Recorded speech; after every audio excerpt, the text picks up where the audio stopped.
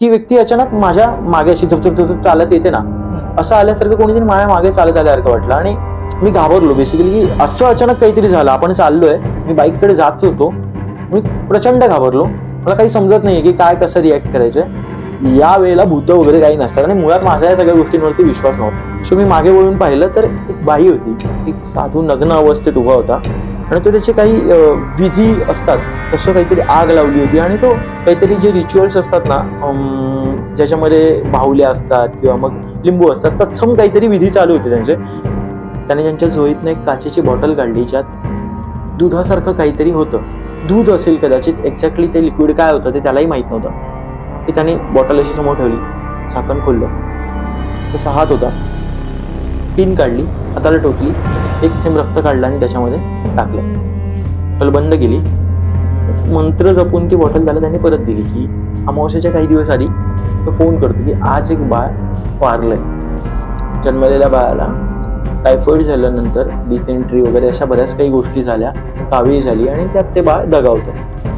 रात्रीच्या अंधारात इमॅजिन कर की तो मुलगा उकडतोय लिटरली, की मातीतनं बाहेर काढतोय. बाहेर काढल्यावरती कसं गोळं बाळ जवळपास 15-20 दिवसात त्याच्या हातात आहे, काहीच नाही, लाईफलेस बॉडी, त्याच्यामध्ये प्राण नाही, थंड पडलेली अशी बॉडी. मृतदेह. आत्ता 1 तासापूर्वी तो पुरला, 1-1.5 तासापूर्वी.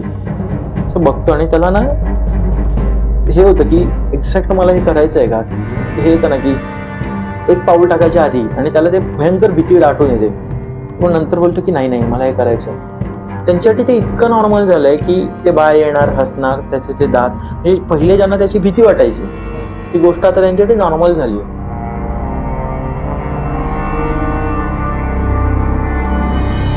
नमस्कार सर. नमस्कार. काय नाव सर आपलं? माझं नाव दिनराज मोहिनी आपोणकर. दिनराज मोहिनी आपोणकर. येस. ओके. कुठले सर मूळचे आपण? मूळ गाव कोकणात आहे आमचं आणि म्हणायला गेलं तर भरपूर गावं अशी ट्रॅव्हल करून ह्या आडनावापर्यंत आम्ही पोहोचलोय. बेसिकली म्हापण जे आपण म्हणतो कोकणात एक गाव आहे, तिथून जर्नी सुरू झाली आमच्या पूर्वजांची आणि मग अखेरीस आम्ही कुडाळमध्ये एक दुसरं गाव आहे तिथे येऊन पोहोचलो. सो तशी आमची जर्नी आहे, नावाची पण आडनावाची पण, जे काही. मग मूळ कोकणातले आपण? कोकणातले. येस. ओके. कसा संपर्क केला सर आपण आम्हाला? मी ऍक्च्युली तुमची एक जाहिरात पाहिली होती कुठेतरी online and then I thought की हे काहीतरी इंटरेस्टिंग आहे आणि इथे आपण म्हणजे जो प्रसंग मी अनुभवला त्याच्यासाठी एक जो काही स्टेज लागेल बेसिकली आणि राईट पीपल पर्यंत राईट गोष्ट पोहोचेल म्हणून मी इथे आलो. धन्यवाद सर संपर्क केल्याबद्दल. काय घटना होती सर आपली? ऍक्च्युली घटना म्हणजे आता सांगायला जरी तुम्हाला हे करतोय तर मला ना एक्झॅक्ट पिक्चर्स असे डोळ्यासमोरून जात आहेत. साधारण 3 वर्षापूर्वीची गोष्ट आहे, जेव्हा मी नुकताच सिनेमा किंवा या क्षेत्राकडे वळत होतो आणि तेव्हा शॉर्ट फिल्म म्हणजे की एक माध्यम म्हणून की ठीक आहे शॉर्ट फिल्म पासून सुरुवात करूया आपण, असं काहीतरी झालं आणि एक रोमॅन्टिक कॉमेडी होती, एक शॉर्ट फिल्म होती, ती शूट करायला म्हणून आम्ही वेस्टर्न लाईनला एक एंडला समजा की ज्याच्या पुढे काहीच नाही असं वेस्टर्न लाईनला एक शहर आहे, जे शहर थोडं गाव थोडं असं काहीतरी आहे टाईपमध्ये. तर आम्ही तिथे गेलो होतो आणि त्या गावामध्ये आमचं शूट झालं संध्याकाळी. आमचं जवळपास 4 डेजचं शूटचं शेड्यूल होतं आणि शूट झाल्यानंतर आम्ही आमचे जिथे बुक केले होते रूम्स तिथे आलो आणि आम्हाला आठवलं म्हणजे जेवण वगैरे झाल्यानंतर मित्रांना आठवलं की कॅमेऱ्याची लेन्स राहिली आहे जिथे आम्ही शूट करत होतो. आणि जिथे आम्ही शूट करत होतो बेसिकली जिथे राहत पण होतो ते गावाचा भाग होता आणि जिथे ऍक्च्युअल शूट चालू होतं ते जंगल आणि गाव याच्यामध्ये असं एक जे एरिया असतो ना, गाव संपून जंगल सुरू होतं त्या एरियामध्ये तिथे आम्ही शूट करत होतो. लेटचा शॉट तिथे होता आणि मला वाटलं की मोस्ट प्रोबेबली लेन्स तिथेच राहिली असेल. साधारण 10-10:30 हे लक्षात आलं. मी म्हटलं ठीक आहे नो इश्यू, जस्ट मी जातो आणि घेऊन येतो. सो मी बाईक घेतली, लोकेशन साधारण 2-2.5 किलोमीटर असेल तिथून. बाईकने त्या लोकेशन पर्यंत पोहोचलो आणि जिथे आम्ही पूर्ण जे काही शूट केलं तिथे मी बघत होतो की कुठे आजूबाजूला लेन्स राहिली आहे का किंवा लेन्सची जी बॅग आहे ती राहिली आहे का, पण मला काहीच भेटत नव्हतं. ओके. आणि पोहोचेपर्यंत जवळपास 11-11:15 झाले असतील मला तिकडे, म्हणजे निघालो हे सगळं झालं आणि शोधतोय मी, जवळपास अर्धा-पाऊण तास तर सगळ्यात गेला, मला मिळत नाही आणि कॉस्टली होती, रेंटेड आणली होती. सो ती भेटणं कसंही करून गरजेचं होतं. मग म्हटलं की नाही भेटत आहे, मित्रांना कॉल केला की नाहीये आपण, लेट्स डू समथिंग, मी येतोय परत.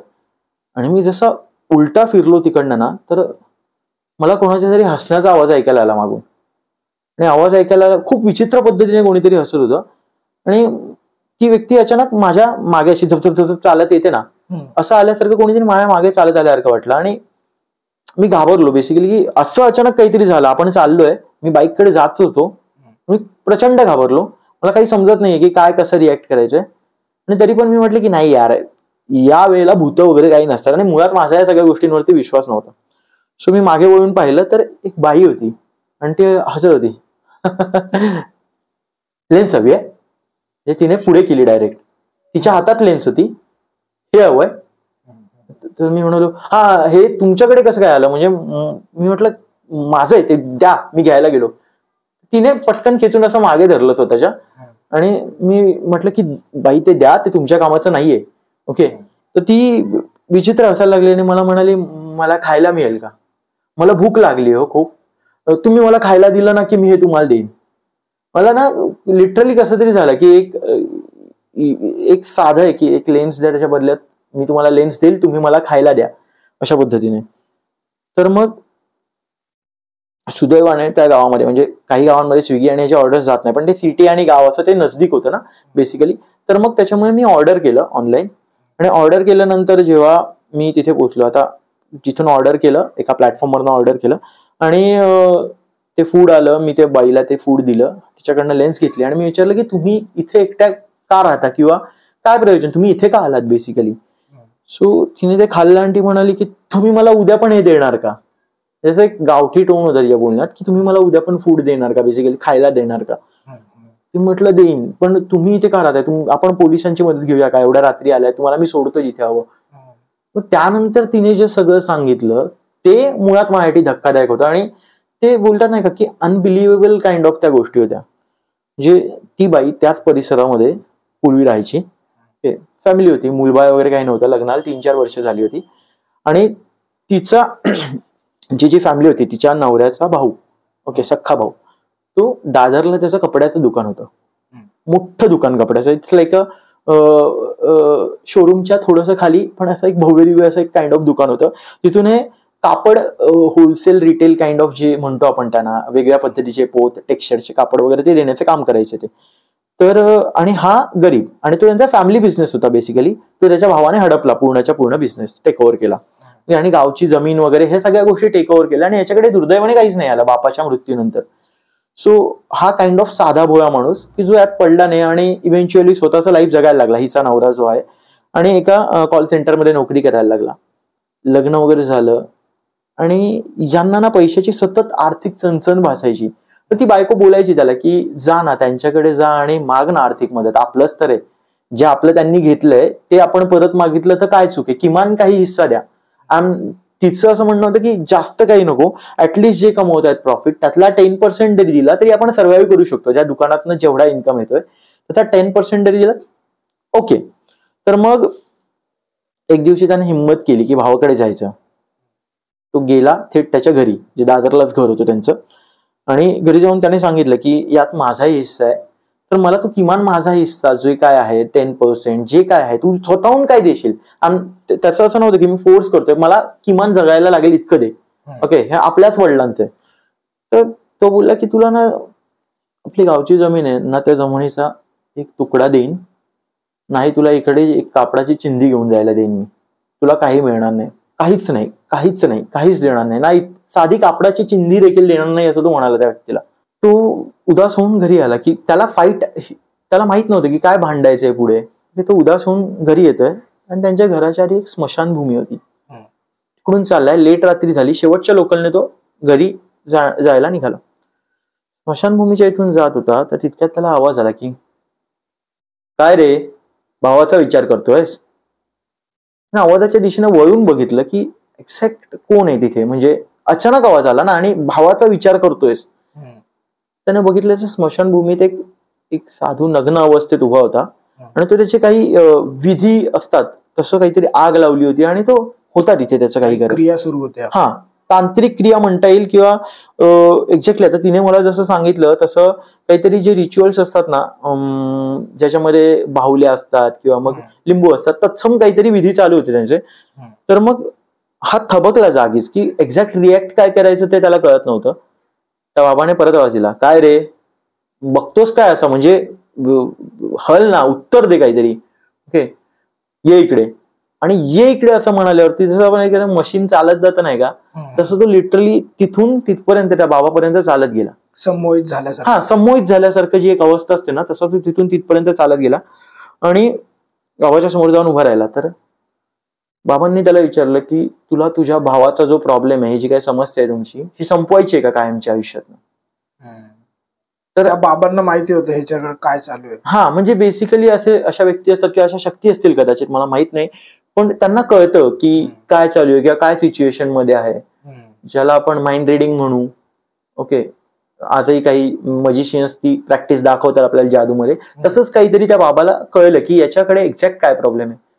तर तो म्हणाला की हो बाबा, मला संपवायचंय जे काय प्रॉब्लेम आहे तो. तर मग बाबा म्हणाले की बस. समोर बसवलं त्यांनी. त्यांच्या जी झोळी असते त्याच्यातनं एक चिमूट राख काढली आणि ती फेकली हवेमध्ये आजूबाजूच्या. आणि जे म्हणतात नाही का की एक वेगळा स्मेल येतो नाही का, फुलांचा असा स्मेल, एक वेगळा डिव्हाइन स्मेल ज्याला आपण म्हणू, तसा काहीतरी स्मेल त्याला पहिल्यांदा आला. ओके, आणि त्या संमोहित अवस्थेत तो तिथेच बसलाय बाबांसमोर, तू इमॅजिन करू शकतो. आणि बाबांनी त्यानंतर त्याला विचारलं की तू या गोष्टीसाठी एक मोठा त्याग करायला तयार आहेस का? कारण प्रत्येक गोष्टीची किंमत असते कदाचित या अशा प्रकारच्या गोष्टींमध्ये. तो म्हणाला हो. ते बोलतील आत्ता तुला एक छोटा त्याग करायचा आहे. त्यांनी सांगितलं हात पुढे कर. त्याने त्यांच्या झोळीतनं एक काचेची बॉटल काढली ज्यात दुधासारखं काहीतरी होतं. दूध असेल कदाचित, एक्झॅक्टली ते लिक्विड काय होतं ते त्यालाही माहित नव्हतं. ते त्याने बॉटल अशी समोर ठेवली, झाकण खोललं, तसा हात होता, पिन काढली, हाताला टोचली, एक थेंब रक्त काढलं आणि त्याच्यामध्ये टाकलं, बॉटल बंद केली. एक मंत्र जपून ती बॉटल त्याला त्यांनी परत दिली की ही बॉटल आहे, आता तुला एवढंच करायचंय की 1 महिन्याच्या आत जे बाळ मरतं जन्माला आल्यानंतर, अशा बाळाच्या मृतदेहाला हे दूध पाजायचंय. यानंतर तो बाळ जिवंत होईल. पुन्हा एकदा तो बाळ जिवंत होईल. आणि त्यानंतर दर अमावस्येला तो तुझ्याकडे येईल आणि दूध मागेल. तेव्हा तू त्याला हे दूध द्यायचं. ओके, आणि याच्या बदल्यात तो तुझ्या सर्व इच्छा पूर्ण करेल. एकदा एक अमावस्या एक इच्छा, एक अमावस्या एक इच्छा, असं ते गणित त्याला सांगितलं. पूर्वी एक मृत बाळ शोधायचंय. त्या मृत बाळाला ते दूध पाजायचंय. येस. मग ते बाळ अमावस्याला आपल्याकडे येणार. आणि मग तू ते दूध त्याला द्यायचं, त्याच्या बदल्यात तुझी इच्छा पूर्ण होणार. तर त्याला वाटलं की नाही, असं काही नसतं. ओके, की आपण कुठल्याही गोष्टीवरती डायरेक्ट थेट विश्वास ठेवत नाही. एक सामान्य माणूस कोणीही असेल, उद्या मी तुला सांगितलं असं एक रिच्युअल आहे तर तू नाही करणार. पण त्याच्या मनात होतं ते. तो घरी गेला, त्याने बायकोला नाही सांगितली. ती बॉटल त्याने त्याच्या बॅगेत ठेवली, घराच्या कोनाड्यामध्ये जिथे ठेवतो ते, जिथे बॅग ठेवायचं तिथे त्याने ठेवून दिली. 1 दिवस झाले, 2 दिवस झाले, तो जॉबला जातोय रेग्युलरली, पण त्याच्या मनातनं ते काही जात नाहीये की हे असं काहीतरी घडलंय. आणि मग त्याच्या मनात विचार आला की एकदा करून बघायला काय हरकत आहे. जर असं काही खरंच असेल ना तर माझा प्रॉब्लेम सॉल्व्ह होईल. मी किमान माझा जो हिस्सा मागतोय तो हिस्सा मला हा मिळवून देईल. हिस्सापेक्षा भरपूर काही खूप मिळवू शकतं जर इच्छाच पूर्ण करायची आहे तर. हा, पण म्हणतो नाही का की सुरुवात एका छोट्या लोभापासून होते आपली, आणि नंतर आपल्याला कळतं की घबाड सापडलंय, एखादं मोठं घबाड, तर मग आपण अजून ओढले जातो.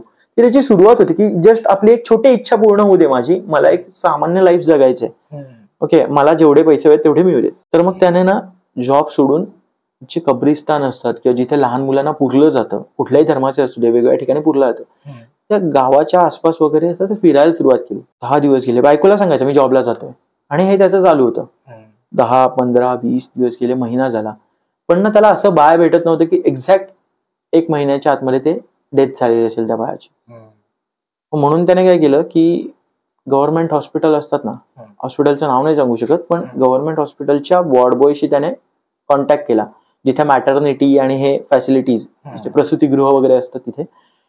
आणि त्याला सांगितलं की जेव्हा पण असं काही डेथ होईल ना, तू मला सांग, मी त्यांना फॉलो करीन, आणि माझं हे आहे, याच्या बदल्यात मी तुला एवढे पैसे देईन. त्याने ते पैसे त्याला दिले, आधीच दिले, मुळात कामाच्या आधीच दिले, बिकॉज त्याला माहिती होतं की मी नंतर कमवीन, जे काय माझं एम कम्प्लीट होणार आहे.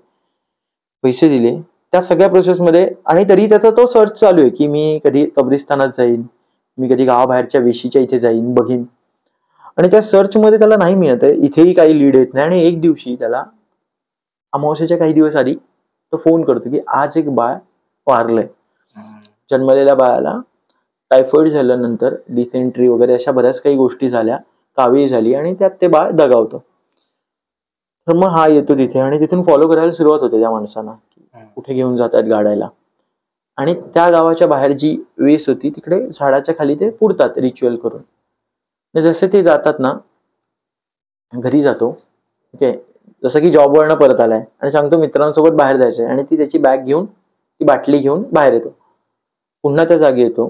रात्रीच्या अंधारात इमॅजिन कर की तो मुडदा उकडतोय लिटरली, की मातीतनं बाहेर काढतोय. आणि बाहेर काढल्यावरती कसं कोवळं बाळ जवळपास 15-20 दिवसाच्या त्याच्या हातात आहे, काहीच नाही, लाईफलेस बॉडी, ज्याच्यामध्ये प्राण नाही, थंड पडलेली अशी बॉडी. हा, मृतदेह. आत्ता 1 तासापूर्वी तो पुरलाय, 1-1.5 तासापूर्वी. असं बघतो आणि त्याला ना हे होतं की एक्झॅक्ट मला हे करायचं आहे का. हे येतं ना की एक पाऊल टाकायच्या आधी, आणि त्याला ते भयंकर भीती आठवून येते. पण नंतर बोलतो की नाही मला हे करायचंय. तो बॉटल घेतो, त्या बाळाला दूध पाजतो ते, ओके. दुसऱ्या मोमेंटला त्याच्या हातात ना बाळ उडी मारून खाली जमिनीवरती उडी मारतं आणि 2 पायांवर उभं राहतं. 15 दिवसाचं बाळ. म्हणजे जिथे एक नॉर्मल बाळ उभं राहायला समज 1-1.5 वर्ष घेईल, तिथे 15 दिवसाचा बाळ 2 पायांवर तुझ्या समोर उभं आहे. आपल्याला विश्वास पण नाही बसणार या गोष्टीचा. बरोबर. पण तंत्रक्रियेमध्ये आहे ते, अशी शक्ती असते त्याच्यामध्ये. हा, अशा काही गोष्टी आहेत. बिकॉज ज्यात प्राण आहे, ज्यात लाईफ आहे, त्याला तू मॅनिप्युलेट करू शकतो. ज्यात प्राण आहे कुठल्याही गोष्टीत, ओके, मी त्यांनाच कंट्रोल करू शकतो ज्याच्यामध्ये कुठली तरी जीवत ऊर्जा आहे बेसिकली. आता हे झाड आहे, आर्टिफिशियल आहे, याला आपण कंट्रोल नाही करू शकत. ज्यात प्राण आहे, मग प्राण म्हणजे काय, एक एनर्जी आहे. त्या एनर्जीला दुसऱ्या काउंटर एनर्जीने आयदर इकडे हलवायचं, कंट्रोल करायचं. एनर्जी बोलतात ना की energy can not be created nor destroyed, okay, पण आपण त्याला कंट्रोल करू शकतो थोड्याफार पद्धतीने. तो हा एक सायंटिफिक अँगल जर आपण बघायला गेलो तर हा एक पद्धत असू शकते. ती एनर्जी कंट्रोल केली, तो बाळाने उडी मारून डायरेक्ट समोर उभं राहिलं आणि बोललं माझं दूध दे ना, माझं दूध दे. जसं की एक यांत्रिक क्रिया घडते ना, लिटरल की माझं दूध दे. त्याने स्वतःच्याही नकळत ती बॉटल काढून त्या बाळाच्या हातात दिली, ते प्यायला पुन्हा रिटर्न दिली, ओके. आणि ती बॉटल अशी होती की ती एम्प्टी झाली तरी परत पुढच्या अमावस्येच्या आत भरली जाणार, आपोआप भरली जाणार. एम्प्टी झाली तरी पुन्हा भरली जाणार. तर त्याने ती दुधाची बाटली पिली आणि त्याच्यानंतर विचारलं, बोल आता तुझी काय इच्छा आहे. पहिलं तर त्याच्यासाठी हे शॉकिंग होतं की बाळ उभं राहिलं, आणि नंतर हे शॉकिंग होतं की ते बाळ बोलतंय. आणि 15 दिवसाचं बाळ उभं तर राहतंय, त्यात बोलतं पण आहे. तुला विचारतंय बोल तुझी काय इच्छा आहे. आपल्याला त्याचे लॉजिकल रिझन्स काहीच समजत नाही, पण एवढं कळतं की बियॉन्ड आपल्या इमॅजिनेशनच्या पलीकडे काहीतरी होतं, ओके, जे कदाचित आपण जे सूक्ष्म एनर्जी बघू शकत नाही, अशा एनर्जीजना वापरून किंवा वाकवून वेस्ट केलं किंवा यूज केलं, अशा पद्धतीने काहीतरी त्या एनर्जीशी खेळलं होतं, जेणेकरून ते 15 दिवसाचं बाळ या सगळ्या क्रिया करत होतं. आणि हे एक्झॅक्ट म्हणजे या प्रकाराला काय म्हणतात मला नाही माहितीये. तिने जे सांगितलंय ते मी तुला एक्झॅक्ट जसंच्या तसं सांगतोय. मला आत्ताही आठवतंय की आम्ही बसून बोलतोय, तो प्रसंग मला आत्ताही आठवतोय. कन्क्ल्युजन कडे जातं जसं जसं ती स्टोरी पुढे सांगत मला इंटरेस्ट यायला की एक्झॅक्टली काय घडलं असेल, ओके. आणि तू दूध प्यायला इच्छा विचारली आणि याने सांगितलं की मला माझा हक्काची जमीन आणि हक्काचं हे परत हवंय. तर बाळाने विचारलं कोणत्याही परिस्थितीत चालेल का, कोणत्याही परिस्थितीत. तो म्हणाला मला काय माहित नाही तू काय करशील ते, पण मला जमीन हवी आणि मला माझं दुकान हवंय. त्याच्यानंतर घरी आला, झोपला, जे काय ते बाहेर निघून गेले जंगलात. त्याच्यानंतर त्याला कळायला लागलं की त्याचा भाऊ जो आहे त्याला भास व्हायला लागले. जो दुकानदार भाऊ होता ना त्याला भास व्हायला लागले. आणि त्याच्यामध्ये त्याला छातीवर कोणीतरी बाळ बसले आणि गळा आवळतंय, छातीवर कोणीतरी बसलंय आणि गळा आवळतंय असे भास व्हायला लागले. त्याच्यानंतर त्याला दिसायचं की तो रात्री सिगरेट वगैरे पीत उभा असला बॅल्कनीमध्ये, तर त्याला दिसायचं की एक बाळ येतं, त्या बॅल्कनीच्या खिडकीवर चढतं आणि वरून खाली उडी मारतं. तो खाली बघतो तर काहीच नाही. हे व्हिज्युअली भास होत आहे. तू इमॅजिन करतो सिगरेट मारतोय आणि असं कोणीतरी येत आहे आणि तिथून वरतून खाली उडी मारते किंवा एनी ऍक्टिव्हिटी तू करते आणि तुझ्या समोर हे व्हिज्युअली घडतंय, ओके. रात्रीचा पाणी प्यायला उठला, ओके, फ्रीजचा दरवाजा उघडला, ओके. तर वरती फ्रीज टॉप वरती ते बाळ बसलंय. त्याला असे 2 दात आहेत पुढचे असे टोकेरी, खाली तसेच टोकेरी दात आहेत. याच्या पलीकडे विचित्र असं त्या बाळात वाटणार का काही नाहीये. फक्त जेव्हा ते हसेल तेव्हा त्याचे दात असे दिसायचे. त्या बाईने सांगितलं की असे टोकेरी 2 दात तू बघू शकतो. तर हे भास त्याला कंटिन्यू व्हायला लागले आणि त्याच्या घरातल्यांना वाटलं की काहीतरी मानसिक आहे किंवा मग दारू पिणं किंवा यातनं उद्भवणारे भ्रम आहेत. डॉक्टरकडे नेलं, सायकॅट्रिस्टकडे. तर तेव्हा कळलं की स्क्रिझोपेनिया नावाचा आजार असू शकतो कदाचित याला, किंवा मंत्रचं आपण जे म्हणतो गोष्टी दिसणं किंवा. तर डॉक्टरांनी त्याच्या अलाइड ट्रीटमेंट सुरू केली, कारण त्यांच्यासाठी यावर विश्वास ठेवण्याची काहीच गोष्ट नव्हती. आणि हे सगळं याला कळतंय, याला अपडेट की भावाच्या घरी काय झालं, बट ऑब्वियस ते अपडेट त्याला मिळायचं किंवा तो टच मध्ये असायचाच काही ना काही. एक दिवशी बातमी आली की त्याचा भाऊ 7व्या मजल्यावरनं पडून मेला. आणि त्याचं कारण हे होतं की मरताना तो एकच बोलत होता. तो उभा होता सेम बॅल्कनीमध्ये सिगरेट पीत. एक बाळ आलं, त्याच्यावरती चढलं, तिथून उडी मारायला जाणार. तर त्याला वाचवायला म्हणून किंवा त्याच्या मागे त्याने जी झेप घेतली, डायरेक्ट खाली पडला आणि मेला. 7व्या माळ्यावरनं तो थेट खाली पडला आणि मेला. जाण्याआधी त्याने मागच्या काही दिवसात पेपर्स बाय एनी मीन त्याच्या नावावर करून दिले होते दुकानाचे, आपोआप. म्हणजे त्याने मृत्यूपत्रात त्याचा हे सगळा त्रास सुरू झाला, त्याच्यामध्ये त्याने मृत्यूपत्र बनवलं होतं वकिलाला बोलून. त्याला रिग्रेट झालं होतं, काय झालं होतं माहित नाही, पण त्याने ते सगळं भावाच्या नावावरती तो लिहून गेला. तर ते पहिल्या वेळेला भावाची इच्छा पूर्ण झाली, सर्व संपत्ती त्याच्या नावावर झाली. सर्व. जिथे तो 10% मागत होता कमाईतला हिस्सा, तिथे त्याला जवळपास सगळी संपत्ती त्याच्या नावावर झाली. तो तर खुश झाला असेल. मग खुश म्हणजे लाईक तुझी इच्छा कंप्लीट झाली, तुला अजून काय पाहिजे. तुला बेसिकली पैशासाठी चालू होतं ना हे सगळं, पैसे मिळाले इनफ. पण असं म्हणतात ना की माणसाची भूक त्याला थांबू देत नाही. बरोबर. एक्झॅक्टली त्याच्या बाबतीत हेच झालं. जमीन 15-20 दिवसात पुढे काय टेक ओव्हर झालं आणि त्यानंतरची आली दुसरी अमावस्या. दुसरी अमावस्या आली आणि हा सगळा प्रसंग त्याने बायकोला सांगितला की लोक बघतायत की अचानक श्रीमंती आली, अचानक सगळ्या गोष्टी यांच्या रखडलेल्या व्हायला लागल्या. ओके. जे दुकानाचं होतं सगळं मिळालं आणि रिचनेस दिसायला लागतो ना वागण्या बोलण्यामध्ये, ते झालं. आणि नंतर बायकोला त्याने सांगितलं की असं असं झालं. तर ती बोलली मला विश्वास नाही, कदाचित तुझ्या भावाला रिग्रेट झालं असेल, उपरती झाली असेल म्हणून त्याने ते तुझ्या नावावर करून गेला असेल ती जमीन. तो म्हणाला की आज अमावस्या, आज तू बघ काय होतं. तरी 12 वाजले बरोबर. दरवाजावर कोणतरी ठोठवलं, दरवाजा उघडला. समोर तोच मुलगा उभा, तोच मुलगा त्याच्या समोर उभा आहे. माझं दूध दे ना. दुधाची बॉटल या अमावस्याला फील झालेली होती. ह्याला दारात उभं बघून एक 15 दिवसाचा बाळ, त्याचं वय नाही वाढलंय, ते तेवढंच आहे 15 दिवसाचं, जे आधी दिसत होतं. ओके. चक्कर येऊन पडली त्याची बायको, चक्कर येऊन पडली, कारण तिच्यासाठी नवीन आहे. याने बघितलेलं होतं, ती डायरेक्ट चक्कर येऊन पडली. याने त्या बाळाला दूध दिलं आणि याने काय सांगायचं की दुकानाच्या बाजूला जे कॉम्पिटिटर आहेत गुजराती, कापड मार्केट आहे ना ते, त्याचे जे कॉम्पिटिटर आहेत त्यातला जो सगळ्यात मोठा कॉम्पिटिटर जो त्यांच्या दुकानासाठी हानिकारक होता, भावाच्या दुकानासाठी जे पहिले होतं आता ह्याच्याकडे आलंय, त्याला वाटेतून हटव. त्याने दूध प्यायला इच्छा पूर्ण करीन सांगितलं, निघून गेला. बायकोला हॉस्पिटलमध्ये वगैरे न्यावं लागलं त्याच्या, बिकॉज ती बेशुद्ध झाली, ती बेशुद्धच झाली. हॉस्पिटलमधनं आणलं, मधले 15 दिवस गेले. 16-17 दिवशी बातमी आली अमावस्या आता पुढची 10-15 दिवसात येईल जी काय ती. गुजराती व्यापारी ऍक्सिडेंट मध्ये मेला. व्यापारी पण वारला. जो कॉम्पिटिटर होता त्यांचा, बाजूला दुकान होतं जे चालायचं, यांचंही चालायचं, पण म्हणतात ना की मी आता 100 कमवले, मग आता मला तुझे 100 पण हवे. गुजराती व्यापारी वाढला. तू जर मागे जाऊन तुला जर खरंच ही केस स्टडी करायची असेल तर तू काही इन्सिडेंट बघू शकतो मुंबईतले, जर कदाचित तुला लागले कनेक्टिंग डॉट तर लागू शकतील. कुठला गुजराती व्यापारी मेला होता, कधी मेला होता. तू मला एक्झॅक्टली मी आता सांगणार नाही कुठे झालं काय झालं, कारण ती एवढी एक्सप्लिसिट आहे किंवा एवढी भयानक घटना आहे ना. पण तू जर जाऊन मागे जाऊन काही गोष्टी पडताळून बघशील की कुठल्या व्यापाऱ्यांचे, जर तुला इंटरेस्ट असेल तर तुला कळेल की या घटना कितपर्यंत नेक्स्ट लेवलला गेल्या होत्या. त्याच्यानंतर मग बायकोलाही सवय लागली की आज तो येणार, दर अमावस्याला काहीतरी मागायचं दूध द्यायचं, दर अमावस्याला काहीतरी मागायचं दूध द्यायचं. त्या बायाला जे येणार त्याला. ओके.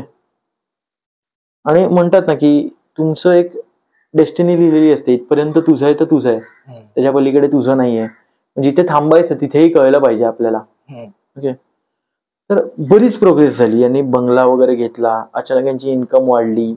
त्याच्यानंतर मध्ये यांना 1-1.5 वर्ष झालं बाळ कन्सिव्ह झालं, यांना स्वतःला एक बाळ झालं या सगळ्या ह्याच्यामध्ये.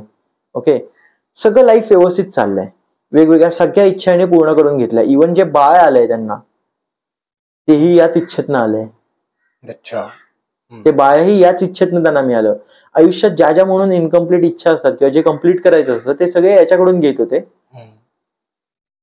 आणि एक दिवस असं झालं की अमावस्या आहे उद्या, काय मागायचं नाही ठरवून ठेवलेलं आहे. त्यांच्यासाठी ते इतकं नॉर्मल झालंय की ते बाळ येणार, हसणार, त्याचे ते दात, म्हणजे पहिले ज्यांना त्याची भीती वाटायची ती गोष्ट आता त्यांच्यासाठी नॉर्मल झाली आहे की प्रोटोकॉलचा किंवा जगण्याचा भाग येतो आता त्यांच्या. मागणार दूध आणि आपण द्यायचं. तर आदल्या दिवशी ती बॉटल त्याच्या हातून फुटली, बॉटल पडून फुटली. बायको म्हणाली की आता करायचं काय. आणि बरं तर या 1-1.5-2 वर्षात त्याला त्या साधूचा पण विसर पडला होता, जो त्याला नग्न साधू भेटला होता, ज्याने पहिल्यांदा ती त्याला बॉटल दिली होती, ज्याने हे सायकल चालू केलं बेसिकली, त्याचा पण विसर पडलाय त्याला. सो मग तो शोधायला बाहेर पडला 2 वर्षांनी. कारण आता मला सोल्युशन कोण देऊ शकतो, तर साधू. ओके. मला त्याने एवढं सांगितलं होतं की दर अमावस्याला द्यायचं, तुझी इच्छा पूर्ण होईल. पण जर फुटली तर काय होईल हे मला कोणीच सांगितलं नाही. मी आज त्याला उद्याच्या दिवशी त्याला देऊ काय, उद्या संध्याकाळी तो येणार, माझ्याकडे 24 तास आहेत फक्त. तू इमॅजिन कर, तुला माहितीच नाहीये की याच्या पुढे तुझं नशीब काय आहे किंवा तुझ्या नशिबात काय घडेल. तुझ्याकडे 24 तास आहेत ती गोष्ट फिक्स करण्यासाठी. आणि हा वेस्टर्न लाईन जिथे राहत होता तिथे सगळीकडे फिरतोय, सगळ्या स्मशानभूमी, त्या साधूला शोधत. तर चेहरा त्याच्या म्हणजे लिटरली डोळ्यावर कोरला गेलेला आहे की असाच दिसतो हा साधू. त्याला माहितीये तो कुठेही त्याला एका क्षणात गर्दीत ओळखू शकतो, कारण त्याने त्याचा लाईफ बदललंय. कुठेच भेटला नाही तो साधू. अख्खी रात्र गेली ती आदल्या दिवसाची. सकाळी घरी आला थकून भागून. राहायचे कुठे, शिफ्ट झाले होते ना इकडे, मोठ्या लॅविश बंगलो टाईप वगैरे, लाईफस्टाईल बदललो. तिथून तो इथे आला जिथून त्याने सुरुवात केली होती, कळलं ना, पुन्हा तिथेच आलाय तो लॅविश लाईफस्टाईल वर ना. आज तो त्याच वेस्टर्नच्या त्या शेवटच्या स्टेशन मध्ये तिकडेच फिरतोय त्या साधूला शोधत, कुठेच मिळत नाही. सकाळी घरी आला, बायकोला सांगितलं. बायको आणि तो मिळून पुन्हा सकाळी गेले की असे काही साधू आहेत का की जे या रिच्युअल बद्दल यांना माहितीये किंवा या परंपरेबद्दल किंवा प्रथेबद्दल त्यांना माहितीये. पण कुठलाच साधूला ही एक विचित्र परंपरा कोणालाच माहित नव्हती की हा साधू आहे तरी कोण. आणि ते बरं तर त्यांना सांगतायत की असं दिसतो किंवा असा लुक आहे. ओके. पण कोणीच ओळखत नाहीये त्या साधूला, की असा साधू बघितलाच नाहीये त्यांनी. ओके. बायको म्हणते की ठीक आहे, सोल्युशन काढूया. त्याने काय केलं होतं त्या साधूने, दूध होतं त्यात तुझं रक्त टाकलं. ओके. आपण पण सेम करायचं. बाटली घेतली त्याच आकाराची, त्याच याची, दूध भरलं, सेम रिच्युअल, अंगठाला हे केलं, रक्त घेतलं, टाकलं, सॉल्व प्रॉब्लेम सॉल्व. सेम बनवून आपण ठेवलंय. संध्याकाळ झाली, वाट बघतायत, जेवले वगैरे, टेन्शन आता कमी झालंय त्यांना. फक्त एवढंच की आता तो येईल, हे मागेल, आपण इच्छा मागायची. 12 वाजता सेम दरवाजावरती कोणीतरी ठोठावलं आणि दरवाजा उघडला. तोच मुलगा, लहान मुलगा, बघून हसला, म्हणाला माझं दूध द्या मला. तर यांनी ती बॉटल काढली, त्याच्या हातावर ठेवली. हे माझं नाहीये, माझं दूध नाहीये, मला माझी बॉटल द्या. तो बोलतो हेच तर आहे. म्हणजे ती बाई जेव्हा सांगत होती ना, लिटरली अंगावर काटा आला की तो त्याच्या समोर उभा आणि तो त्याला कन्व्हिन्स करतो की हेच तर आहे, हीच बॉटल होती ना, हीच दिली होती मला बाबाजींनी. तो बोलतो हे नाहीये, एक तर तू मला ती बॉटल दे, नाही तर तुझा जीव दे. बॉटलच नव्हती त्याच्याकडे. ती बॉटल पण हातातनं गळून पडली, फुटली. तिथून त्याने उडी मारली जी जमिनीवरनं, तो थेट त्याच्या मानेपाशी आला आणि ते चावून त्याने त्याच्या नळीचा घोट घेतला. लिटरली त्या बाई समोर हे तडफडतोय तो, ती काहीच करू शकत नाहीये. काहीच करू शकत नाही, ती फक्त बघते. सुन्न बोलतो नाही का आपण, की आपल्यासमोर असं काहीतरी घडतं की आपल्याला कळतच नाही की आता काय रिॲक्ट करायचं. एक फ्रॅक्शन ऑफ सेकंड मध्ये ती गोष्ट घडते. एक्झॅक्टली तेच आहे आणि ती पूर्ण सुन्न होऊन त्याच्याकडे बघते. त्याचं काम केलं, त्याचा जीव घेतला आणि निघून गेला. 3 दिवसापर्यंत ती बाई त्याच्या डेड बॉडी सोबत 3 दिवस त्या घरात होती. तिला कळलंच नाही की काय करावं, पुढे कसं रिॲक्ट करावं, पोलिसांकडे जावं, काय सांगावं. लोकांना जेव्हा वाटलं की जे तिकडचं त्यांचं घर होतं, कुठलं नवीनवालं घरात आला, ते जिथे जाणार आहे तिथे फॉलो करणार बेसिकली. ओके, त्याची बॉडी इमॅजिन कर की काउचवरती, सोफ्यावरती पडली आहे तशीच, ती तिथे आहे. 3 दिवस आणि दरवाजा नाही खोलला, वॉचमन वगैरे हे सगळे हे होऊन बाबा काय झालंय बघावं. ओपन केलं तर त्याची डेड बॉडी पडली, पूर्ण ताट झाली डेड बॉडी. पोलिसांना बोलवलं. ओके, सरप्राइझिंगली इथे कुठलाच मार्क नव्हता. चावला होता ना इथे, पण इथे कुठलीच निशाणी, खूण काहीच नव्हतं. पोलिसांनी जबानी घेतली ना, तेव्हा ती बाई काय बोलते माहितीये का, की तो आला, एक लहान मुलगा आहे, ते दूध मागतो, आमच्या इच्छा पूर्ण करतो आणि त्याच्या बदल्यात हे देतं, आणि त्याची बाटली आमच्याकडनं पडली, फुटली म्हणून त्याने आता जीव घेतला. हे चावलाय त्याला. पोलीस म्हणतात मार्क कुठे आहे. मग त्यांनी बॉडी शवविच्छेदनाला पाठवली. त्यात नॉर्मल डेथ आली. त्याच्या डेथचं कारण नॉर्मल डेथ. आता झाली गोष्ट अशी की हिने तर ते पाहिलंय, पण कोणीच विश्वास ठेवणार नाहीये. ओके, जेव्हा ती सांगत होती तेव्हा हे मुळात मला विश्वास बसत नव्हता, पण त्यानंतर तिने जे काय कनेक्टिंग डॉट सांगितले, जे मी आता त्या नावासकट नाही सांगू शकत, पण तिच्यावरती असं आलं की ही वेडी आहे किंवा ही काहीतरी स्किझोफ्रेनिक आहे, हिला काहीतरी मेंटल डिसऑर्डर आहे. आणि हिने बघितलं हिचं तर काहीच झालं नव्हतं, असं ही जे काय बोलते असं काहीच कुठलंच झालं नव्हतं. मेंटल हॉस्पिटलमध्ये ऍडमिट केलं. नवऱ्यावर अंत्यसंस्कार पोलिसांनी त्यांच्या पद्धतीने, सरकारी पद्धतीने केले. तिकडे पण ती सगळ्यांना हीच गोष्ट सांगायची, जे ट्रीटमेंट करायचे डॉक्टर मेंटल हॉस्पिटल. कोणीच विश्वास नाही ठेवायचा, कोणीच नाही. एक दिवस ना पळून गेली तिकडनं, मेंटल हॉस्पिटल मधनं. ती पळून कुठे आली माहिती का, जिथे त्यांचं जुनं घर होतं आणि जिथे आम्ही शूट करत होतो त्याच्या आसपासच त्यांचं जुनं घर होतं. आणि आजही ती त्या मुलाला शोधते, ज्याच्या अंगामध्ये ते होतं आणि तो दूध मागायचा. आणि असं म्हणतात की आजही त्या एरियामध्ये ज्या साई आहेत किंवा जो गावाचा भाग आहे तिथे, ते आजही एक मुलगा मध्यरात्री दूध ठोठावतो कोणाच्याही रॅन्डम ह्याच्यावरती, कोणाला तो दिसत नाही आणि फक्त एवढाच आवाज येतो की माझं दूध द्या ना. एवढाच आवाज ऐकायला येतो. तो दरवाजा खोलशील तुला दिसणार नाही. ती बाई आजही शोधते. तेव्हातले लोक आजही, म्हणजे त्यांनी आता हळूहळू ऍक्सेप्ट केलंय की हे होतं रोज रात्री, म्हणजे अमावस्येच्या रात्री हे होतं, त्याच्यामुळे कोणी दरवाजा खोलत नाही. ओके, आणि बाई फक्त त्याला शोधते.